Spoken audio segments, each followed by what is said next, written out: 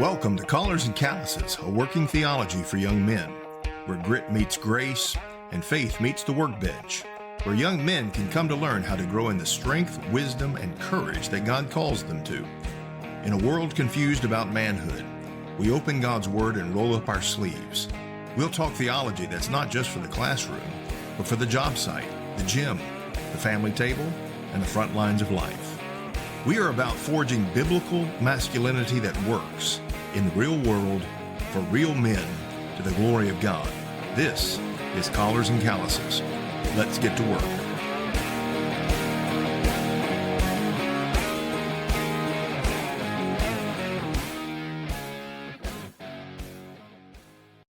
Welcome to another episode of Collars and Calluses. This is a special edition. Rich and I have been going through Proverbs and dealing with the mission of young men through Proverbs, and we're trying to get ahead on some episodes, but I had many of my children here for Christmas. My oldest couldn't make it, but we're having him because of technology fed in through Zoom, and so we're glad to have him. I'm going to introduce all of my children in just a moment. Not all of my children, my sons and sons-in-law. But glad to have them and glad to talk to them. Wanted to really kind of encourage you as young men, because these guys are all basically target audience. David, how old are you? 22. So we go from 22 to 31. We are talking a lot to mid to late teens, all the way through 30, 31, 35 years old, hopefully maybe even some older ones.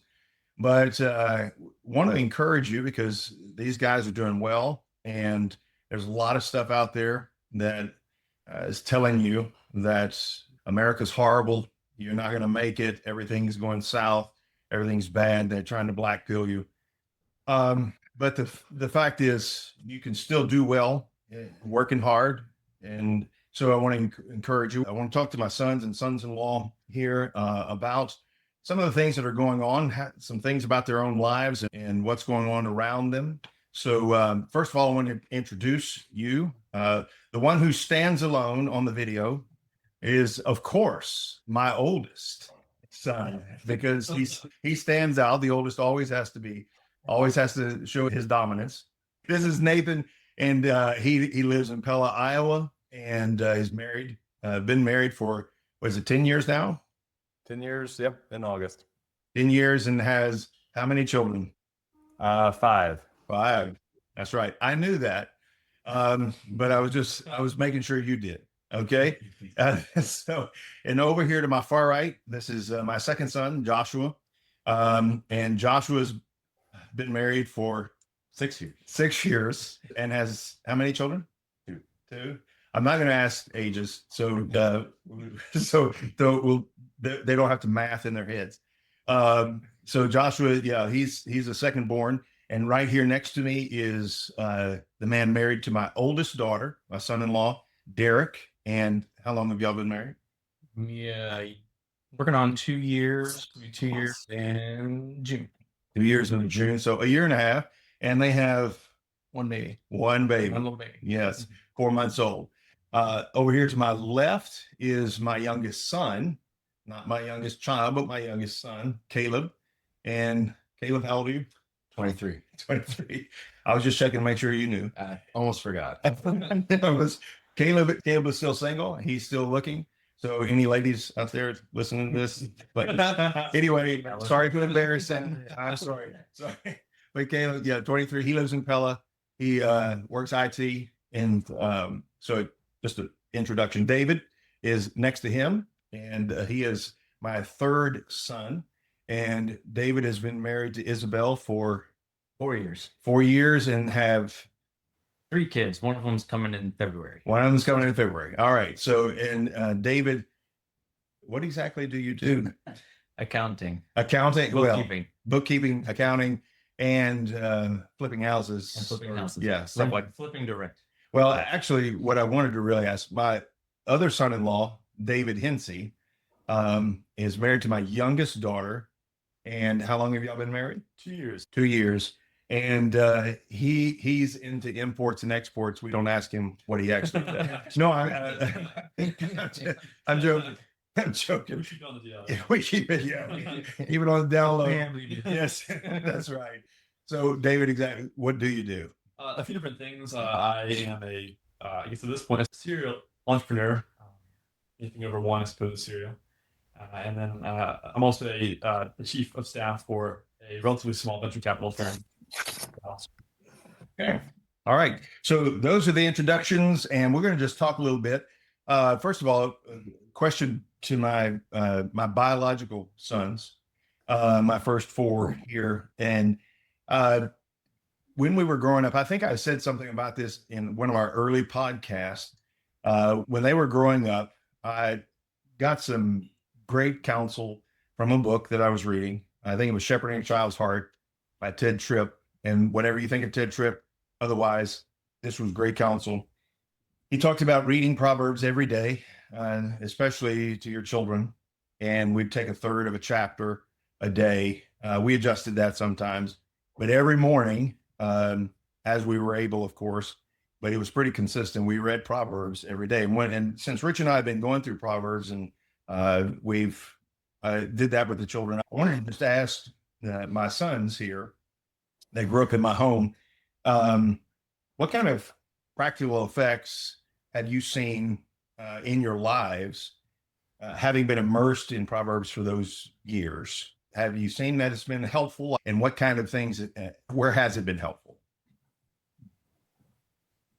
Well, I think for me, the most that I've seen it be applied is in my own parenting. So it's been a pretty simple transition because we did the same thing. And that was not like a big thing that we had to implement. It was just natural for me to every morning we're reading Proverbs. Yeah. We jumped right into it. And one of the things I've noticed talking to some other dads is, or even listening to podcasts, is dads who didn't have that growing up. I realize how good I had it. Head start. Yeah. So a lot of the parenting just kind of comes naturally. The stuff I listen to in podcasts, that's kind of big for a lot of people. Yeah. And to me, I think about it. I'm like, well, I just kind of naturally do that. It's just a part of who I am, and it's coming out in how I parent. So Yeah. I'd say that's the place that I see it the most in my life. Good. Good. Any of the other three have anything? Not everybody wants now. Yeah, it's something that we've done that we've continued on with our kids as well. So I just think it's very practical in a lot of ways, especially with relationships. Yeah. Building off what David said, it really just kind of plays out in your day-to-day habits, how you live your life. So that discipline, that just hearing Proverbs over and over again and hearing the wisdom of Proverbs constantly kind of helps to shape your day-to-day habits and routines. You really see it in how you act and what you do. Yeah. And that's really been the biggest way it's affected me. Okay. Josh, anything? Oh man, Josh, give us something. I was going to say I'm the only one that talked, so I might as well say something. That's right. No, I would agree with all that. We aren't able to do that every morning, just because I get to work at 6 a.m. But Right. But yeah, just day to day, especially having 2 young children, one that's a toddler. It's comes up a lot during the day when you're in discipline situations. You're having to remember stuff yourself, like especially like having self-control and stuff like that. So it plays a big part in just. And I still go through it every morning at breakfast. Yeah. I've got a list of flashcards, Lazy Susan on the counter. I just go through every morning. Yeah, it's very helpful to remember and just meditate on it all the time. And dealing with people in the various situations. I've been a pastor all their lives. And so I did other things before I was a pastor, but they're in very different situations than I was. And of course, in relationships, Proverbs always applies, whether you're in church or you're in the corporate world or whatever.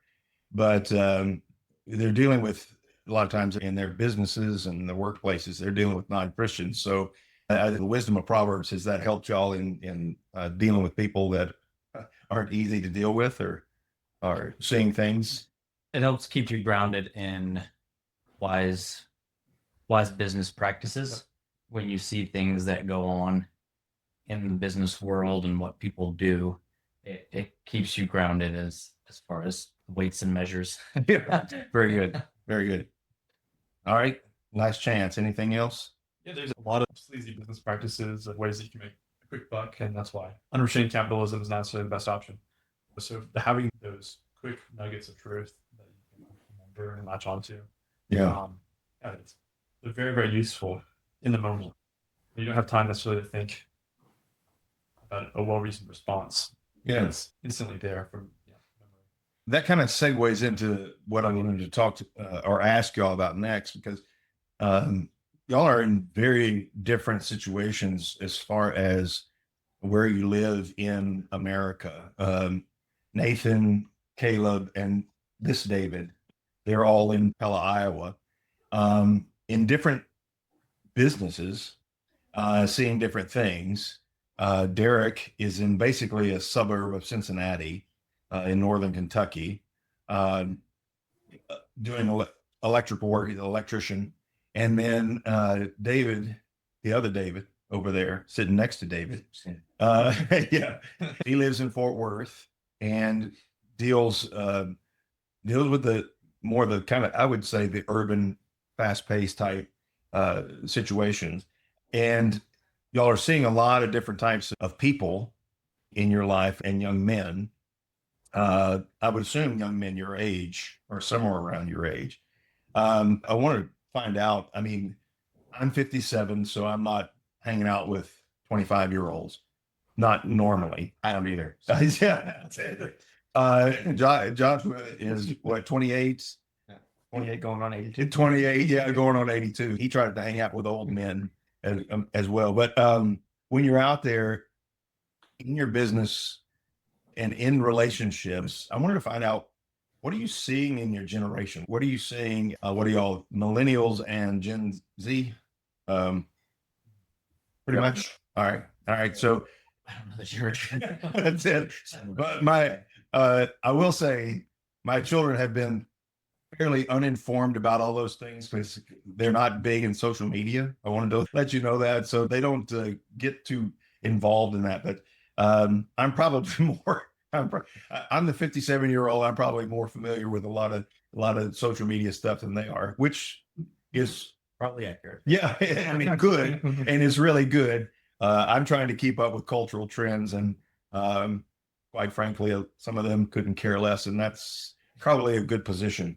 But I wanted to find out what you're seeing out there. And when I say, are you seeing a lot of young men who are black pilled? I did have to explain this to one of my sons. What do you mean by that? And that is, are you seeing a lot of guys who are just giving up, who think that there's no hope? What we need to do, there's no hope for finding a wife. They're all bad. And we just need to be like men, going our own way, and just kind of poo-poo off marriage and forget about it, and just be single and live that kind of life. And or are you seeing that kind of thing in your business relationships, or in general relationships around the world, or in your cities? Anybody can start. I can say that I've not seen too much black pilling, at least as far as the place that I've been in. Because even most of the younger guys that I work with, they have a girlfriend, Mm-hmm. and they might be doing stuff with them that they probably shouldn't be outside of marriage. It doesn't seem like they see it as a bad thing, and it doesn't seem like they think that all women are bad and they're going to get nailed. but they don't seem to be in the I want to get married to this person category. So I haven't seen. I haven't delved too deeply into that. If that's what they're wanting to do is get married. I do know one specific guy who he was with his girlfriend for a long time. And they did get married, and I assume that they're happily married. I haven't seen him since I moved from that job site, but it seems, at least in my field, that most of the people are in relationships of some kind, but not in the marrying relationship part of it. Yeah, that's what I've seen a lot of is they want the milk top cow. They see it as a bad business deal to get married. There's one guy I work with. He's 40 now, but he's been dating the same girl for 12 years. He keeps saying, "Oh, I'll propose one day. I'll propose one day," but never happens. I've seen that 5 or 6 times. A lot of people are just like, "Why would you?" My first job, I got married pretty quickly, 8 months. And why would you do that? Why would you do that? Drag it out as long as you can. Put off marriage as long as possible. And they just all see it as a bad business deal. But I've not seen any black pilling. If that's I was the one who had to explain it to. I had no idea what it was. I was not going to name the one. I had to look it up. So I had no idea what it was. Nathan, you're looking at her. What kind of pills are we taking? You got the red pill, you got the blue pill, and you got the black pill. I like some white pills. Right? I'd be too many pills. Listening to What's that? Too many pills to keep up with. Too many pills. all of it. Yeah. I have been liking listening to you and Pastor Lusk when you said that. I think it was Pastor Lusk who said that Satan wants you to have the most sex outside of marriage, and then no sex inside of marriage, and that has seemed to me like what has been happening. That Satan wants to have sex outside of marriage, and then they'll eventually settle down into whatever happens. Yeah, I mean, from my limited exposure to a lot of these guys, 25, 26, there's a lot of these bright fellows who are coming out of Harvard, Princeton, Yale, extremely intelligent, even though those institutions are not what they used to be. Extremely intelligent, conservative guys who are look decent, and they're not slobs. They can speak fluently and well, and are just having a tough time finding a gal. They're going from, some of them are Catholic, they're going to different Latin masses to try and find a good conservative Catholic girl, and not finding any, only finding young families with kids. So I think there's a massive lack of conservative young women right now, and they're feeling that. So even though these guys are brilliant, even though these guys are extremely well off, a lot of them already, despite their youth, they're starting to blackpill. They're having a hard time. And if they are, if it is an excellent lady, maybe they're not super intelligent or to the level of intelligence that they would like, having gone to Harvard or Yale. So, yeah, I've definitely seen a little bit of that blackpilling. But I think one of the reasons, excuse me, to the point that we've already brought up is just the lack of morals. People grow up without any of these morals, and it's a foreign concept to them to wait until marriage. It's a foreign concept to want the family to have kids. All they want is sex with their girlfriend, and they want to have their job and not have that commitment. So I think that's what's probably driven a lot of the young ladies away. So even if they are well off financially, like if you're not morally grounded, I think that does play into lack of desire. Yeah. We'll say, and you can cut this later if it's not appropriate. What I've also seen is, to your point about great young men, eligible young men graduating, some of these women just aren't wanting to follow men. They're wanting to go their own way. They're not willing to leave their families, not willing to go follow a young man. So a good young man comes through, and he might have a great outlook on life, and that could be causing some of that blackpilling. I keep finding these women I'm interested in.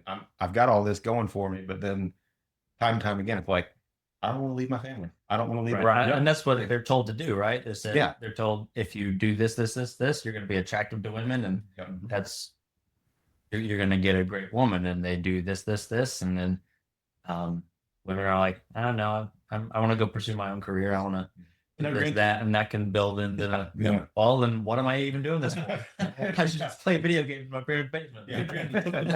Some of them are extremely picky, and they want like That's true. Instagram models because That's very true. they've seen, right? And they're Well, like, well, yeah, And those Instagram models are catfishing them. exactly. Now, if you have to look that up, I can tell you what that means.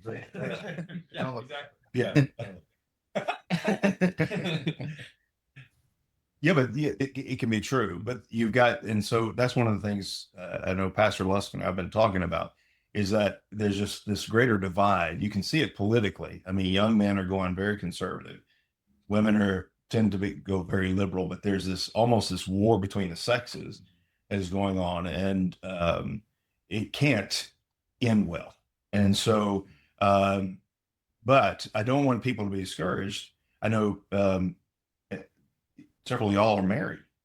Right. And most of y'all. I'll kind of jump in there, going back to the last point of being raised in Proverbs. I'd say an area that it is very helpful is being able to choose a woman, not go after just the Instagram models. Yeah.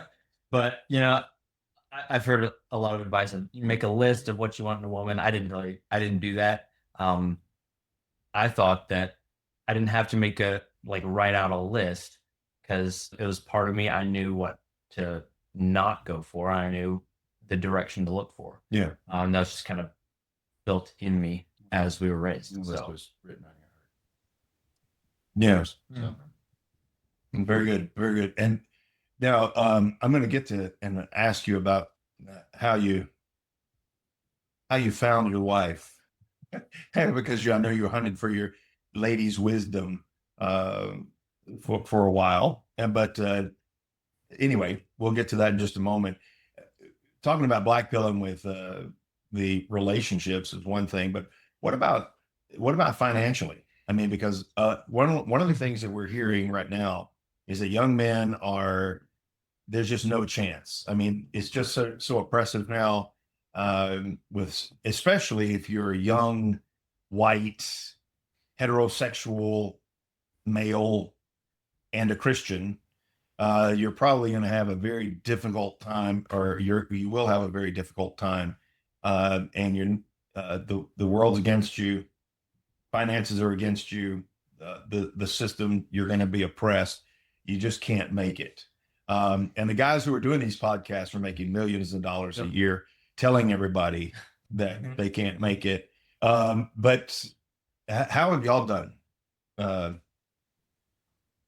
Financially. even going back to looking at other people and seeing if they're blackpilled or not, I know at least a couple of guys who they got into debt and they're now trying to get out of it, and they went to a job that wasn't paying what they needed in order to progress. And the jobs that I've been in, I've been fortunate enough to have those jobs that were good enough to pay my bills and pay what I needed and give me extra.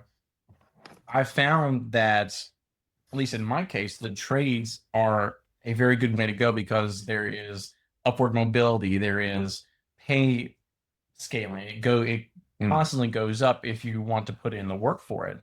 Even if you're just kind of want to laze through and just kind of half-ass it as you're going through, you'll still make better money than if you're flipping burgers at Wendy's or being a barista at some Starbucks or something like that.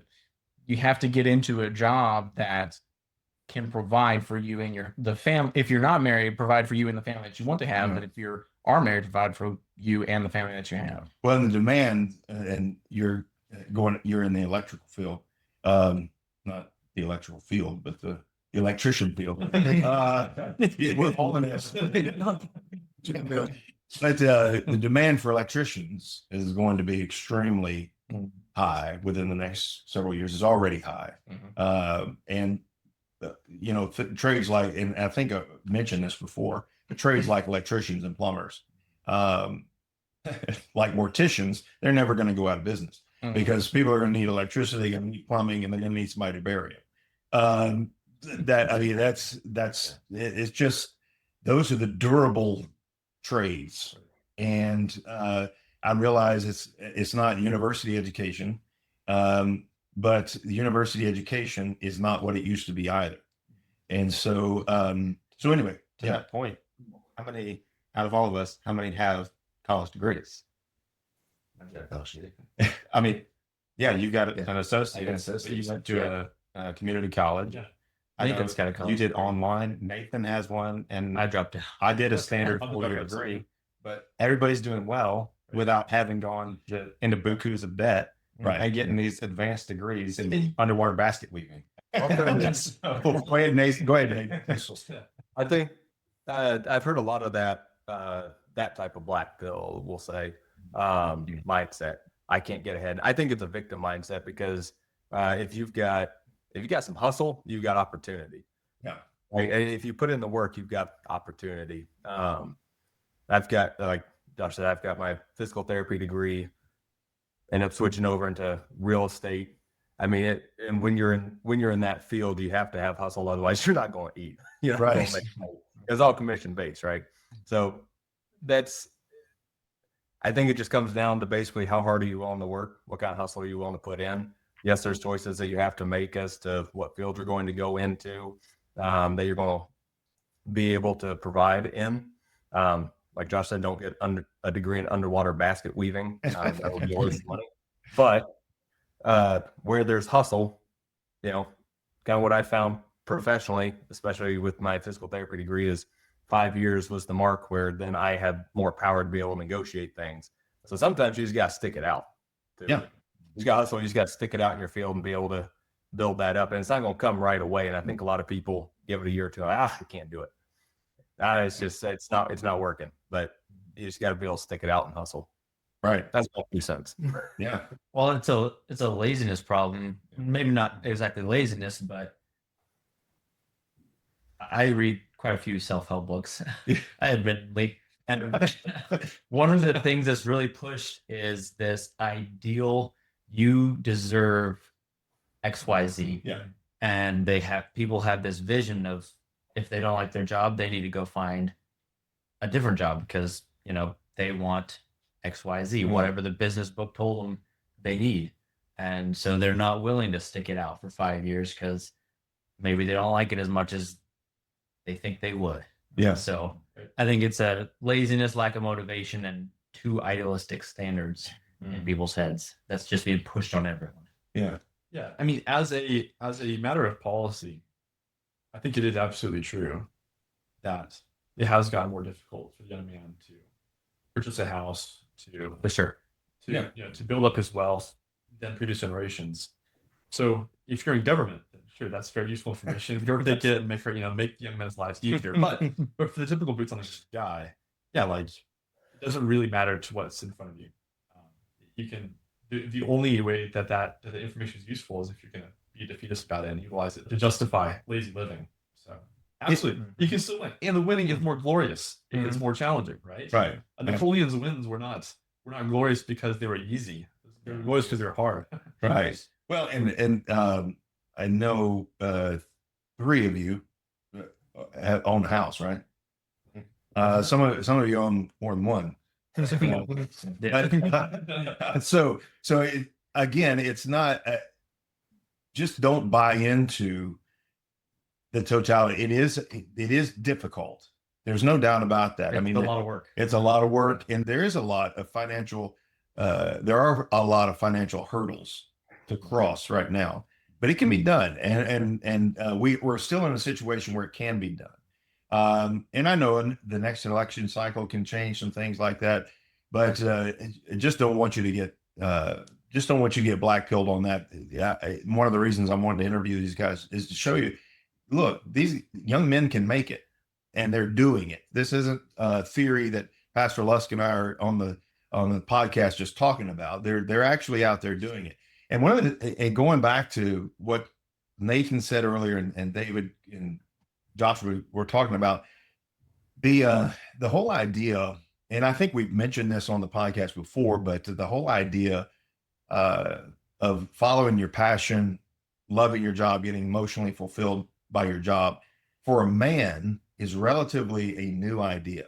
Okay. When my grandfather, and you probably don't even know what this is, but before there were a lot of machines to get these telephone poles, they had to have a man out there with a special tool scraping the bark off of them. That's what he did to feed his family for a while. My great grandfather walked 5 miles to, he was a mule skinner, and you can look that up too, because that's an actual term.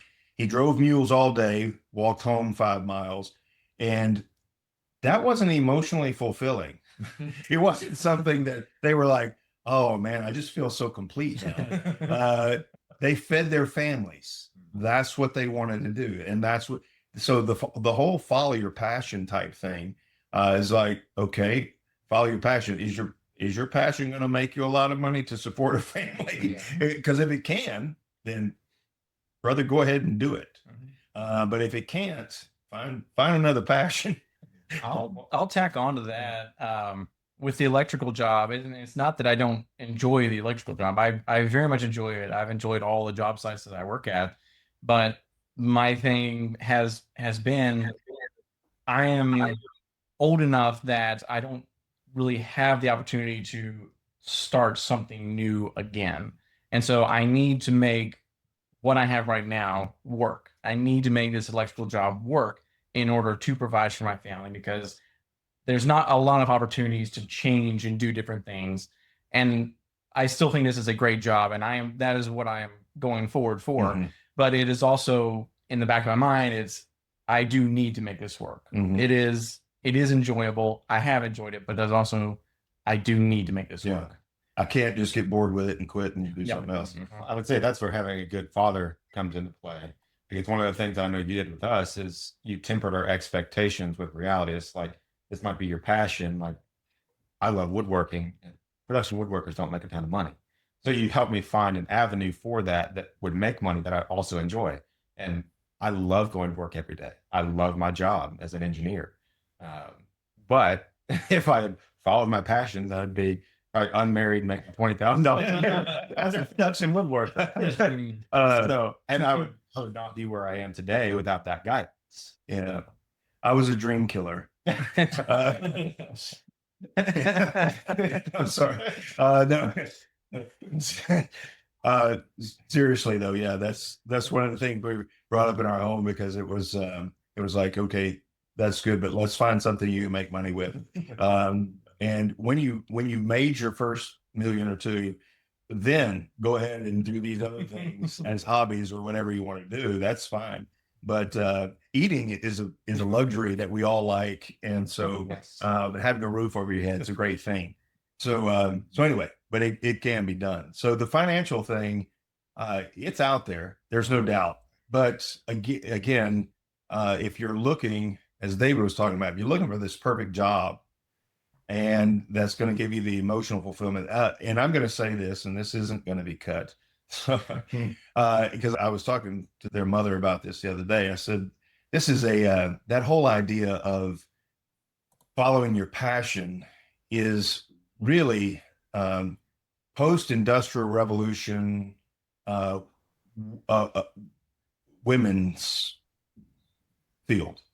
Once the industrial revolution came and women had all these appliances at home, and they weren't doing all the things on the farm and all this kind of stuff, they had a lot of free time. And back in the early 1900s, and then up to the mid 1900s, a lot of women got on these. They became very depressed. They didn't have any purpose.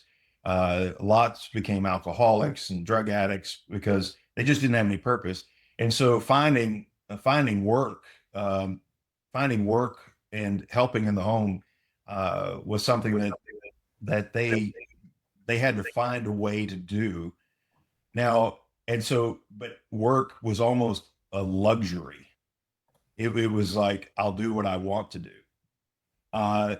We're not talking to women on this podcast primarily. We're talking to men. Men don't have that luxury. Okay. To be masculine, to be a man, you have the responsibility to provide, not a luxury to provide. It is your responsibility to do so. So sometimes you have to do what you don't like. Sometimes when I was in school in seminary, I was putting on roofs. I hated roofing. I hate roofing to this day. But yeah, I had to do what you had to do to support your wife. You just did it. So those are the things that you have to do. So anyway, don't, the theological part of this is, and I said something on social media not too long ago about this, but life's not fair, work harder. And I said the theological explanation of that is the ground is filled with thorns and thistles, and it's your job to make it fruitful. And that's just it. I mean, this challenge there, this is, and Rich and I have talked about this in other podcasts, but the challenge of this generation is different than the challenge that the boomers had, the X had. You know, that's true. Okay. But it's your challenge. And you can't just lie down and say, oh, and play the victim. Like Nathan was talking about. You have to say, well, those are our thorns and thistles, and we got to root them out, and we got to make it fruitful. Could be a lot worse. What's that? Could be a lot worse. You could be getting conscripted to go to war. Yes, absolutely. Not too many months ago, I was in Ukraine, and those guys were worried about being picked up by the military, thrown in vans, and taken to become cannon fodder on the front lines, basically. You know, it could be bad. Anybody, and I've seen this, like when President Trump was elected, some of these liberals moved to other places, then they get on, make videos. This isn't what I thought it was going to be. America's a lot better than I thought it was.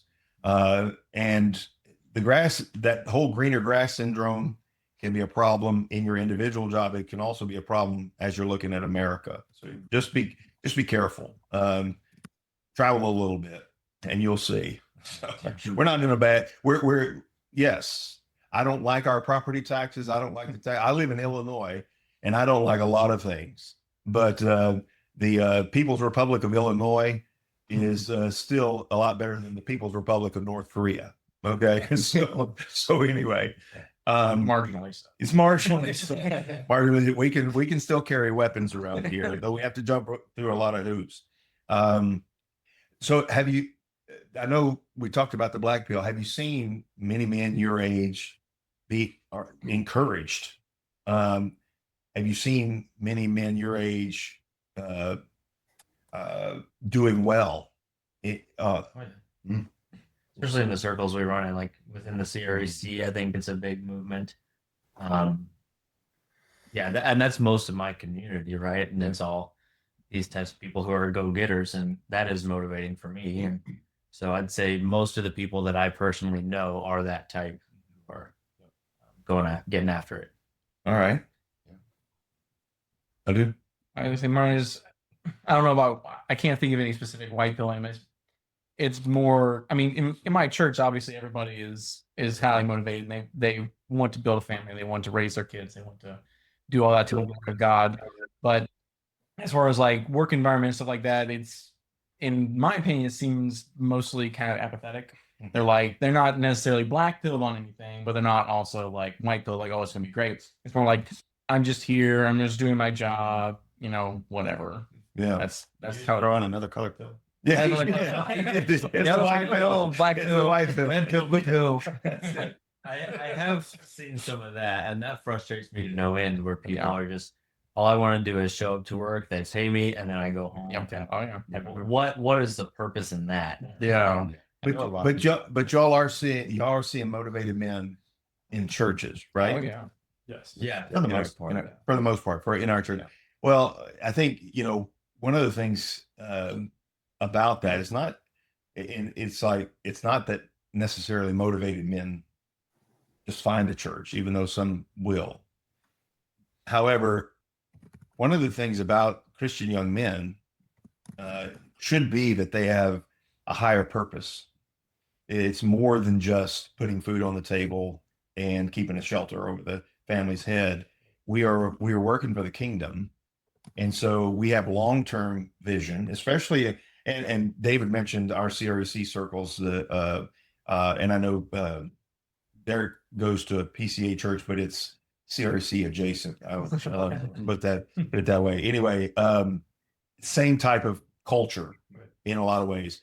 But one of the things is that the emphasis is kind of the kingdom of God over all things. And we have a covenantal mindset that looks towards what I'm doing here when I'm having all these children, when I'm working, is I'm working for the next generation to pass the baton, to continue to build the kingdom. And so it's not everything about this life right now. I think I mentioned it in one of the previous podcasts that I'm listening to this book by Scott Holloway on Notes on Being a Man. He is a vocal atheist. He's left of center as far as his politics. He's got some decent things to say, but it's like everything he lives for is basically right now. He has, and as Ecclesiastes says, and whether or not this is used properly, he has eternity in his heart, because he's talking about he wants his children to remember him, all that. He says, nothing happens after death. I'm just going to be dead, but I want, why? And you have to ask questions. Why would you want that? Nothing matters. I'd make a bad atheist. I'd just be a nihilist. But anyway, but we have this, we have a larger kingdom perspective, and that mission, that larger mission into which we all fit. And so these men in these churches, they should be your band of brothers. They should be the ones encouraging you, because we all have that same larger vision. So I'm glad to hear that about what's going on in the churches. Are you seeing that in Fort Worth? Yeah, I was going to add to your previous point about the band of brothers. Like, I've had friends since the time I was 3 or 4 who are still all faithfully Christian, who are winning, right, in their personal lives across the U.S. They're off doing all those different things, but not just clocking in, right? They're seeking to improve themselves, they're seeking to build resources for the community, to be able to employ their people, their churches, and then build things for the children. So it's very, very encouraging to see that from a group of 6 or 7 young guys now across the U.S. Yeah, personally in Fort Worth, the same thing is also happening, even with guys who are relatively new to the CRC or coming in only over the last couple of years. They're very quickly becoming integrated and realizing that it really is all of Christ for all of life, that they have to be applying biblical principles to their work and taking dominion in every area. So we've seen guys go from, maybe not couch potatoes, but just walking in to really hard charging, seeking to carve out, to work hard to gain better positions, maybe even starting their own thing or starting a side hustle, seeking to make more money. So yeah, economically, definitely we've seen a lot of supercharged young men. Good. I will say that whole just showing up to clock in where I work at is like the whole culture. And that's a lot of places. You just show up, punch the time clock. That's not my job. Go home. When you have somebody that comes in that's a go-getter like that, you move up very quickly. Very quickly. That's what I have moved up so fast, because I'm not exceptionally gifted in my job, but I show up and I work hard, and it's been recognized. And all the other people that show up, I'm just here to do my 40 hours and go home. And they complain about not getting raises. It's like, well, why aren't you getting? You do something. I know this happens everywhere, but in all fairness, Joshua does work for a government contractor. I do. so it's we're gonna get paid no matter what. So go somewhere where the bar is set real low. Well, that's true. And one of the things I told my son, as far as growing up, when they got jobs, we probably violated child labor laws, but when they got their jobs, it was like, if you just show up, work hard, especially in your generation, you're going to excel. And because the bar is very low out there, this is a great time to excel. It's a great time to show your quality. All right. So you get with it, because there are a lot of guys who are out there who are black pilled that that they're out of the competition. So just take the time, go ahead and make something of yourself. Yeah, and I think to that point, one of the things that I think is really important is self-improvement. Reading good books, improve yourself, set goals, achieve those goals, go to the gym, lift weights. Yeah. Whatever it is, improve yourself intellectually, physically, and that's going to be a driving force to help you excel as well. Absolutely. All right. Well, the last thing we're talking about is Everything. I was taking up all the words. Fine. Caleb and Joshua usually don't talk much anyway. I'm about to burp. So, yeah, Joshua just finished a glass of bourbon so he could participate. Loosen up his tongue a little bit. Anyway, but I did want to talk about your experiences, not extensively, but just so you don't have to get into painstaking detail, but your experiences in finding your wives and possibly, if Caleb wants to participate, what it's like for him right now in seeking in seeking a wife. He doesn't have to, but anyway, if there, if there's any frustrations or whatever that may be common. Black pill it. Yeah. End with him. Yes. So Nathan, since you've been married the longest here, can you tell us just a little bit about meeting Brittany and kind of what went from there and how you had to relate to your future father-in-law and what went on there? Well, I'll tell you, I've got good relationships with my now father-in-law because we're in business together. So It worked out well. Yeah. it worked out really well. No, but yeah, no, we ran in the same circles. She was in Illinois. Her family was in Illinois at the time. My now father-in-law, he is about to retire actually, but he works for the federal government. He is basically, because he's a captain over this whole area of fish and wildlife. And he was stationed in Illinois at the time.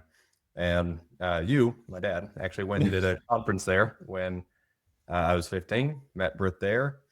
Just kind of saw each other for the next couple of years off and on at different events that we went to. I called my now father-in-law when I was 18, and he said, "You're too young, not yet."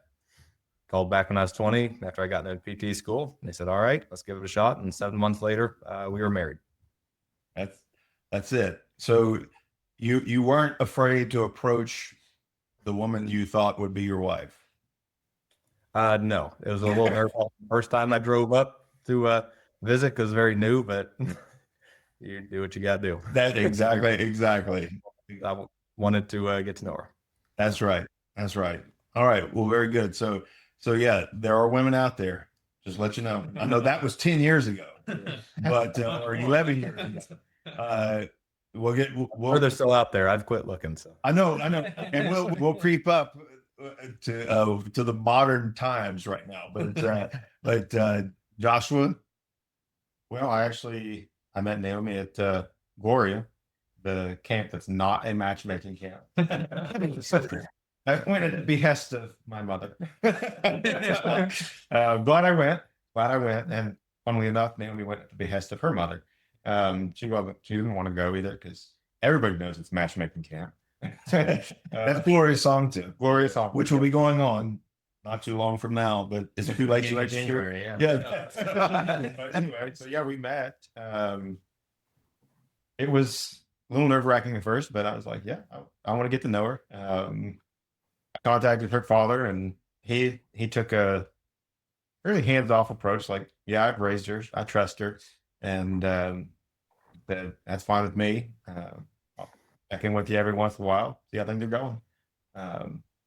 So got to know each other and liked her, and we got married 8 months after we met.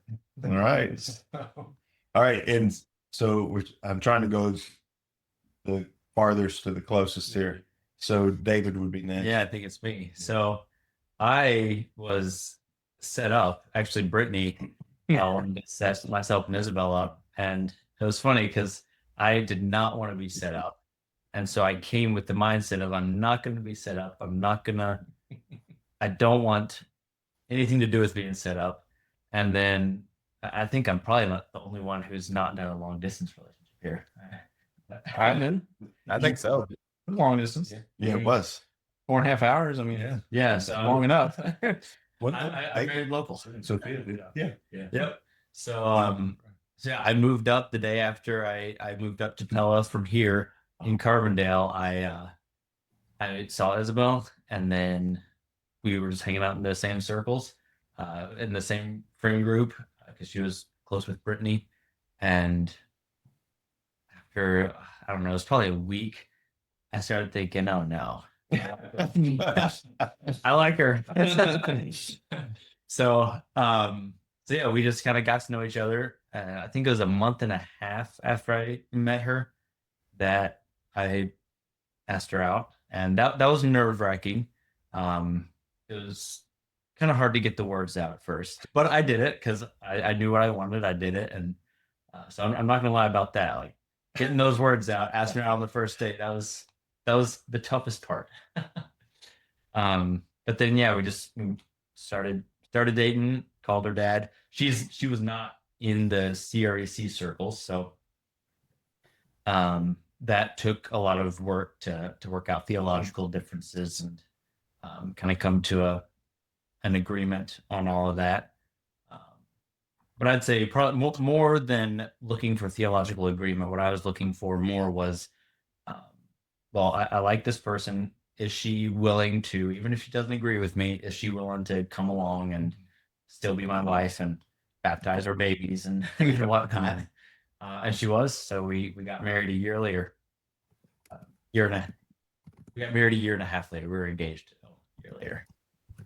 Something like that. I'm messing up the timeline. Yeah, that's all right. You're married now. You have 2 children, one on the way. Yep. No. All right. Well, very good. I think you're next. I think so. Yeah, I was also actually set up. I would have been 18. I was wrapping up my first year of college, and at that point I was realizing that I had a lot of friends who were really high achievers, really smart guys. They're all gonna start looking for wives pretty soon.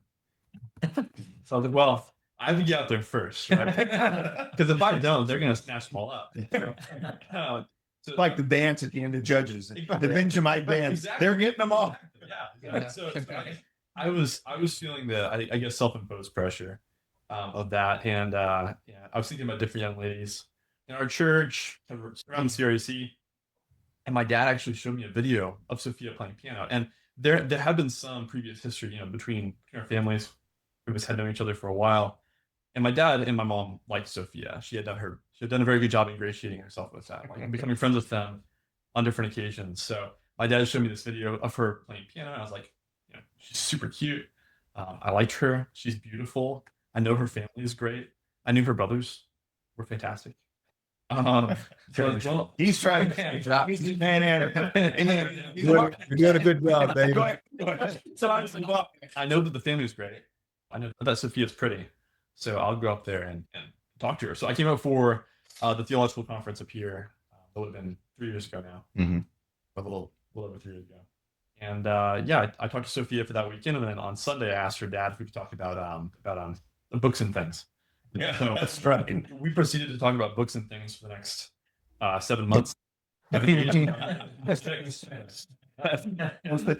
truth. Well, and in this situation, it was kind of funny. He was talking about being set up. I think our daughter was in a feminine way pursuing him.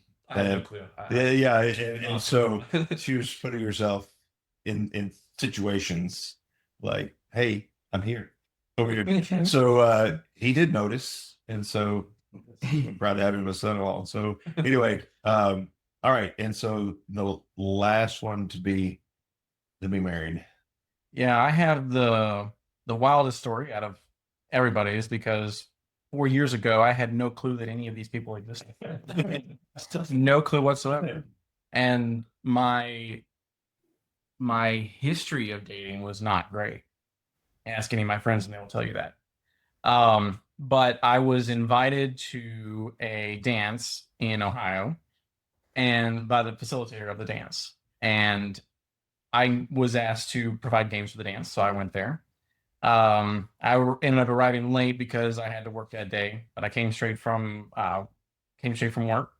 And I didn't remember this for a long while until Joanna told me about it. But my first meeting with her was the first time I walked in the door. The facilitator guy was there, and Joanna was there with her friend Rebecca. We talked, we said hi, I like good stuff, and then I just moved on. It's like, okay, cool, nice to meet you. I got other things to do. My memory for the longest time of her picked up when I was cruising around the outside of the dance hall. Just walking around, I saw her talking to some people, and I went in there and was talking and hanging out, and then okay, cool, and kept on moving around. And first dance came up. I noticed that she was open, so I went up to her and asked her if she would be willing to dance. She said yes. I said cool. We danced. I think I danced with a couple of the girls after that. And in general, this type of dancing, it's not proper to dance with the same girl multiple times. But I saw her open, and so I walked up and asked her again, and It was official then when you it's did. right, exactly. And I came back to dance. We danced the rest of the night. We danced the rest of the night, and we got to talking about this, that, and the other thing. We were talking about what we were doing there, what we were doing the next day, because she was there for the conference that the dance was under. So she was doing something Saturday. I was also doing something Saturday. I was facilitating a game with some friends of mine. But we got to the end of the dance, and we just kind of walked over to the side and just started talking. We talked for the next 30 minutes, got out of cleaning up the dance, so that was nice. and I was like, well, I want to ask her out on a proper date because we've been talking for this long period of time, and it just seemed like the right thing to do. But I was thinking that, fully aware that she was going to say no and turn me down flight. I was like, okay, fine. I'm going to ask you. She's going to say no. I'm going to say, okay, have a nice day. Nice to meet you. And just go on with my life. Because I was not looking for anyone. I was there to spend time with friends and have a good time and to dance. But so we got to the end, and then we were walking out, and I was like, well, I'd like to ask you on a date. She's like, okay. And I went, oh, what now? she said yes. Oh, this was not in the cards at all. Okay. Well, how about next week? She's like, okay, cool. I'm like, next Sunday, I'll come pick you up for church, and I'll come over to your church. I live 4.5 hours away, but I'll do it. It'll be all good. So that next weekend, I came, I picked her up, and we had talked about a whole lot of stuff during the dancing and during the time after. And one of the things I had brought up is the church that I go to and the pastor. And she said, as we were at our breakfast date in the morning, she's like, is your pastor so-and-so? I was like, yeah. It's like, my dad knows him. I went, oh, he was there when he was ordained. I went, oh, well, okay then. My pastor's gonna be getting some phone calls. Yes. And he did. His thing was, I didn't see him for the next 2 weeks. So 3 weeks total, I was not at church because I was doing other things. And then the third week I was back, church got done. He walked up to me, he was like, don't go anywhere. And I was like, I understand. And he was like, I need to talk to you. I got some interesting phone calls. I'm like, I'm sure you did. And so that's how that happened. We started dating very soon thereafter, and about 9 months after that, we got married. Yeah, and we have a baby. It wasn't long. The interesting thing was he mentioned the dance, and the plan was because there were people in Northern Kentucky trying to set Joanna up with somebody else. And I think the one she was trying to be sent over introduced her to Derek. Yes, that's right. Yes, And that is correct. so Yeah. that's and then so one of the things he found a girl there, and another girl there, and he got married. And then, so one of the things that you learn from David Hensey and from Derek is that the girl is really interested in the guy who's not interested in her. And it's like, wait a minute, I want his attention. He's not paying attention to me, so I want his attention. No, seriously, but that's kind of the way it works out. which was funny. So and it's worked out. It's worked out well. Oh, yeah. And so proud to have him as a son-in-law. And they're faithful. They're all these married men are faithful with their families, faithful in their work, everything. So I appreciate that. Caleb, you have anything about what's going on in the current times. the current times. the current times? Finding about A hard time. well, I mean, I've talked to girls in the past and gone through some steps of dating or courtship or whatever you want to call it. And most of the reasons why it hasn't worked out has kind of been what's already been alluded to. Some is not an unwillingness to follow, right? An unwillingness to follow where you would like to lead them or leave the family and agree with you. So in conversations saying like basically laying out your direction once it gets to a serious point, has happened relatively recently, and you lay out where you are taking, where the direction you're going, and whether they want to follow you or not. And my experience so far, it's been no. Yeah. And I just have an unwillingness to do that. So I'm sure, by the grace of God, I'll find a wife. But currently there are women out there. There's a lot of good women out there. Just haven't found it. Right. You want a small number. That's right. You can DM me. I'll give you the 1-800. His email will be an elite full all my contact information in the show notes, and I will vet. Anyway, but no, that is one of the things, and we talked about, and I don't want to blackpill the CRC, but one of the things, there's a strength in the CRC as far as an emphasis on family and people also wanting to be close, and sometimes young women don't again want to even think about the prospect of leaving an area. And and I know Rich and I'll talk about this more in another episode, but if they're not willing to do that, then you don't need to pursue that. You don't need to pursue her. She needs to be willing, because it can cause a lot of trouble down the road if indeed your mission, your vocation, whatever, takes you somewhere else. She needs to be all in with you. She takes on your name, she takes on your mission. Okay, so that's part of it. So I was gonna say, if I could tack on to that, Sure. and also something that David said earlier about his wife being willing to follow him. During our dating period, Joanna and I had a lot of conversations about paedo baptism, credo baptism, because I was, like I said, 4 years ago, I had no idea who any of these people were. I was a hardcore Baptist, charismatic, all that good stuff. And during that time, and I told Joanna, like, I'm willing to discuss this. I'm willing to talk about it. I'm willing to continue learning, but I don't see myself changing my opinion on this.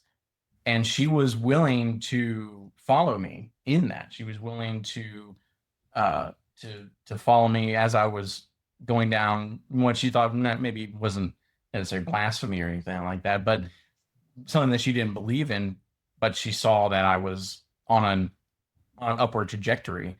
And it was her and her dad and a couple other people who brought me over to Paedo Baptist, Paedo Communion side.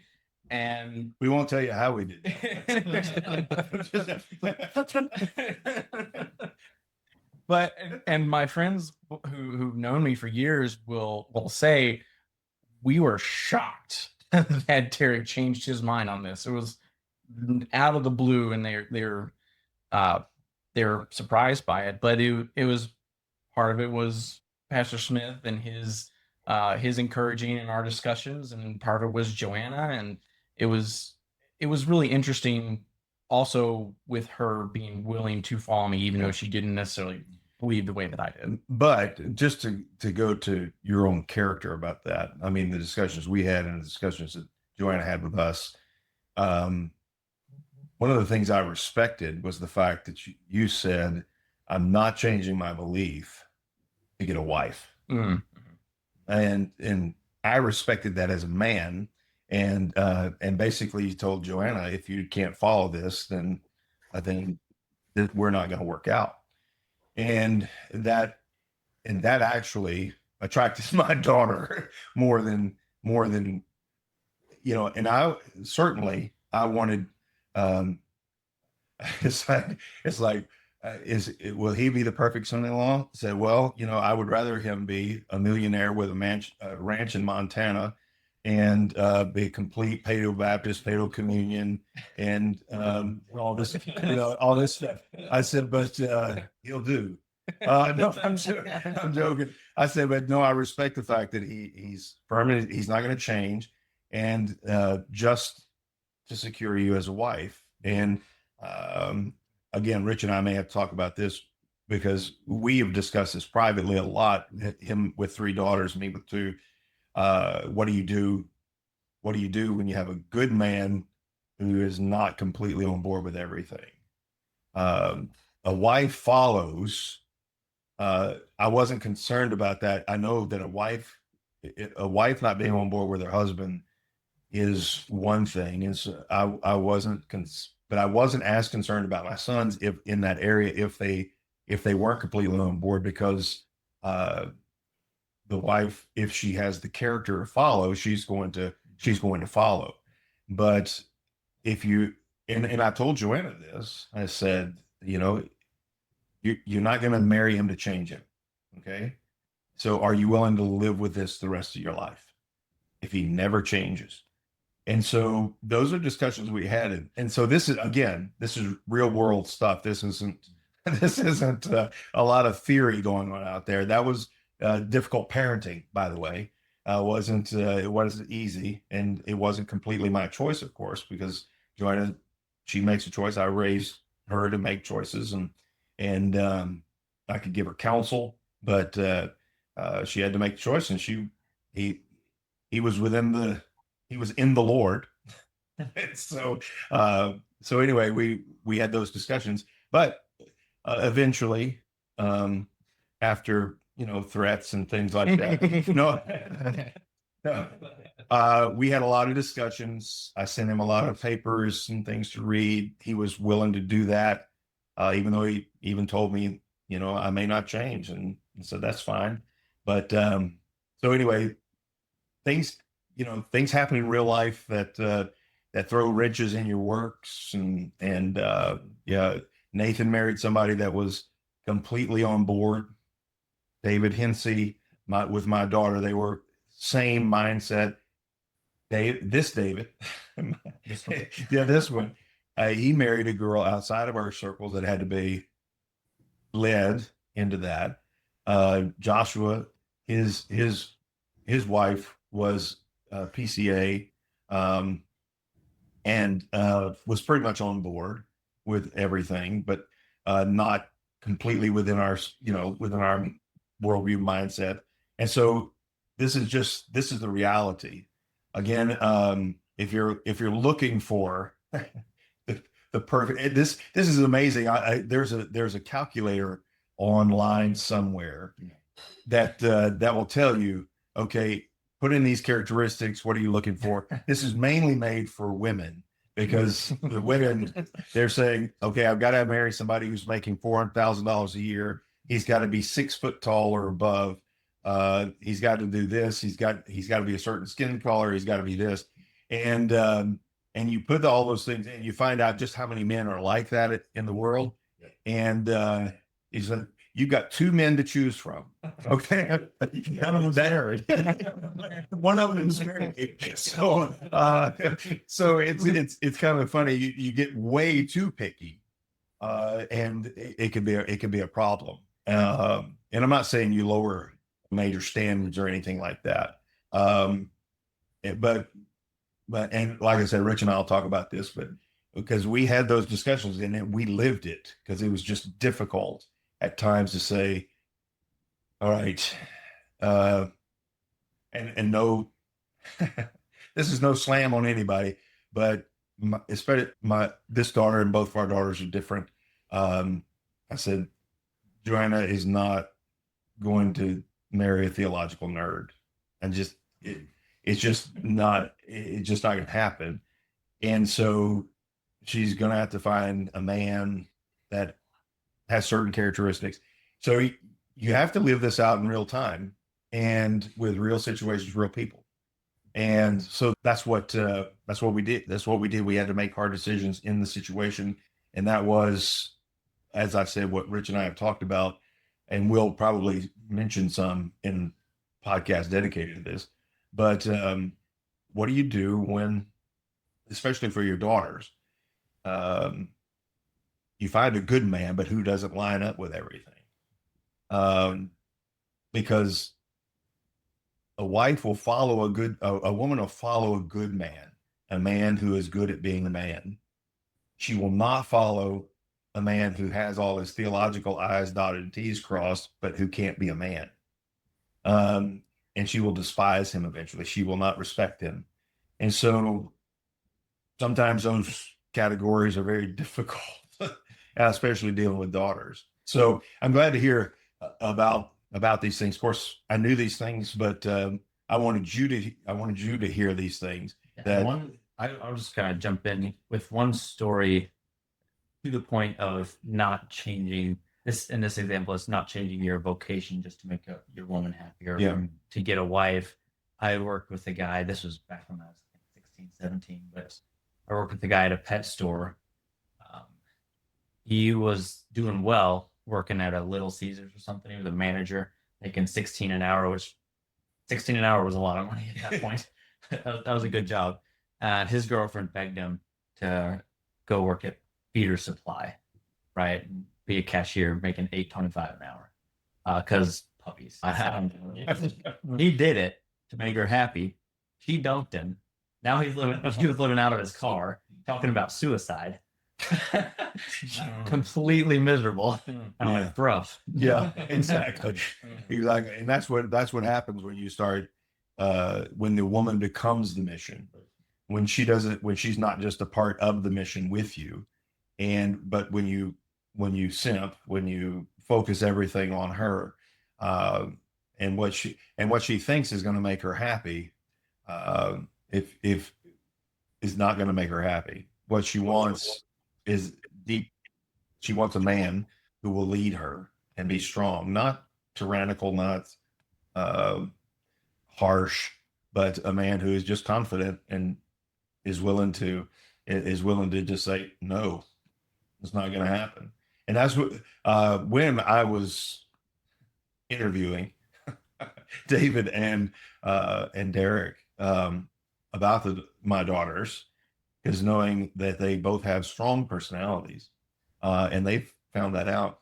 One of the things I said, I need to know that you can say no to my daughter, not just for the sake of saying no, but when you're not just going to try to make her happy by saying yes all the time, but when she needs it, you're going to have to say no and stand firm. And they have both assured me that they could do that, and they've proven that, and I appreciate that. But and they've led them well, so I really appreciate that. All right, we've gone a little over the time that I thought. They didn't all drink bourbon, but they all got a little looser as we went. So anyway, they may now. They may, because Dad has the bourbon in his liquor cabinet. It is the afternoon. And free Bourbon expensive. Yeah.